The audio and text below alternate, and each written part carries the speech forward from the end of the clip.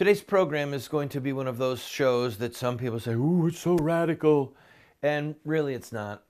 But what I'm doing is connecting the dots between the historical stories that we love or the biblical stories that we love and you. Just connecting the dots between history, biblical theology, and you and me. So I asked the question at the beginning of the program, if a shooting war started in America or other places in the world, who'd be shooting, who'd be fighting? I remember being in a meeting where somebody was talking about freedom and being willing to die for freedom.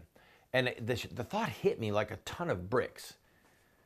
That is a question. But there's another question, and that is, who would be willing to kill for freedom? To aim a gun at a fellow human being or whatever weapon they had at their disposal, and to dispatch a fellow human being made in the image of God, dispatch them to the next life so that that person could be free. Not the one who's dead, but the person doing the shooting. We are reading stories about the Revolutionary War right now, focusing on Boston. And there's something fun and romantic about it for a little boy, okay? But they don't get it. We watched a movie the other night called The Fighting Sullivans. Perhaps you've seen it. I've never seen the movie before. I'd heard about it years ago. I know I'm a movie buff. I love watching movies. Never seen the movie. I was crying my eyes out at the end. And my sons thought it was the greatest thing in the world. I was viewing it as a dad, that poor dad and mom losing all of their sons. And they were viewing it as a band of brothers willing to fight and to die with each other. So they're at that stage in their lives where Bunker Hill, the siege of Boston, going up to Ticonderoga to steal the cannons and bringing them back, General Knox doing this, or Colonel Knox at the time, these are the stories that fire the heart of a young boy or a young girl. But the reality of it is that they'd be firing weapons at fellow human beings. My wife and I were talking. Now I'm having this discussion with you so that you might do some soul searching, because I'm doing soul searching and you might as well join me. The American Revolution was fought for a good number of reasons, but the primary reason was that the colonists said, we are not going to submit to the dictates of Parliament when we don't have representation in Parliament. So, for example, the Boston Tea Party was over a 1% tax on tea, but the British authorities had structured it in such a way that the tea was actually going to be less.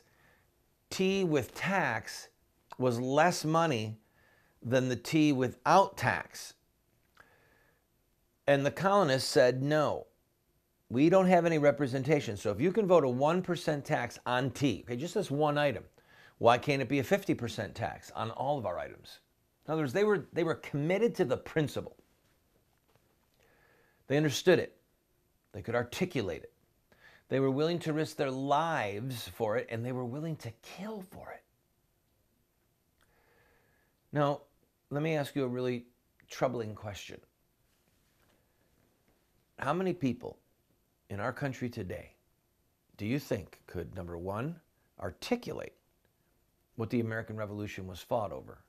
And number two, how many people do you think in the country today would fight in a shooting war to restore our liberties? I fear there's not many. I really do. There's only so many hours in a day. There's only so much the human soul can take in.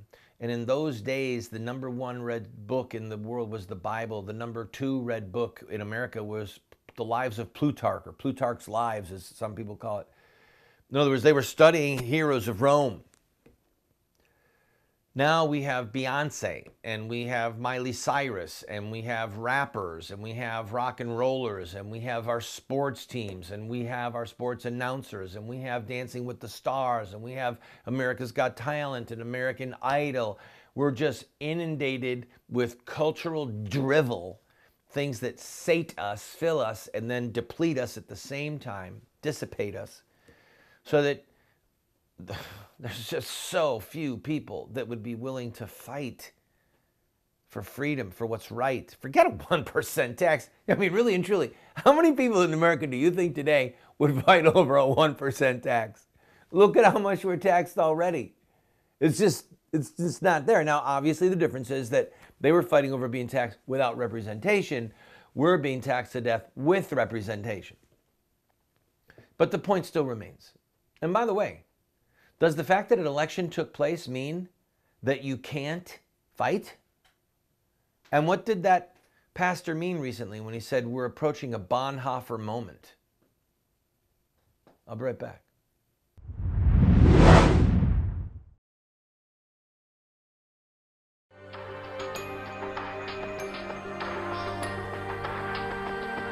You have two choices. I mean, you can try to raise your children by design, or you will raise them by default. There are no perfect parents. We're going to get it wrong sometimes. If we have a plan, we've got a better chance of getting it right in the long run. There is something deep within the heart of every human being that longs for parental acceptance and approval. When does a boy become a man? Get a group of guys around and ask them that question. I don't think there's a certain age. Some men stay boys their whole life. I would say, 16, 18 years old. Wow, that's a good question. When they get bar mitzvah? Well, I think when he has a child. So I just became at 56, 56 years old. Without the power of the Holy Spirit changing us and giving us power over our sin, we can't hope to be the dads that our kids need us to be.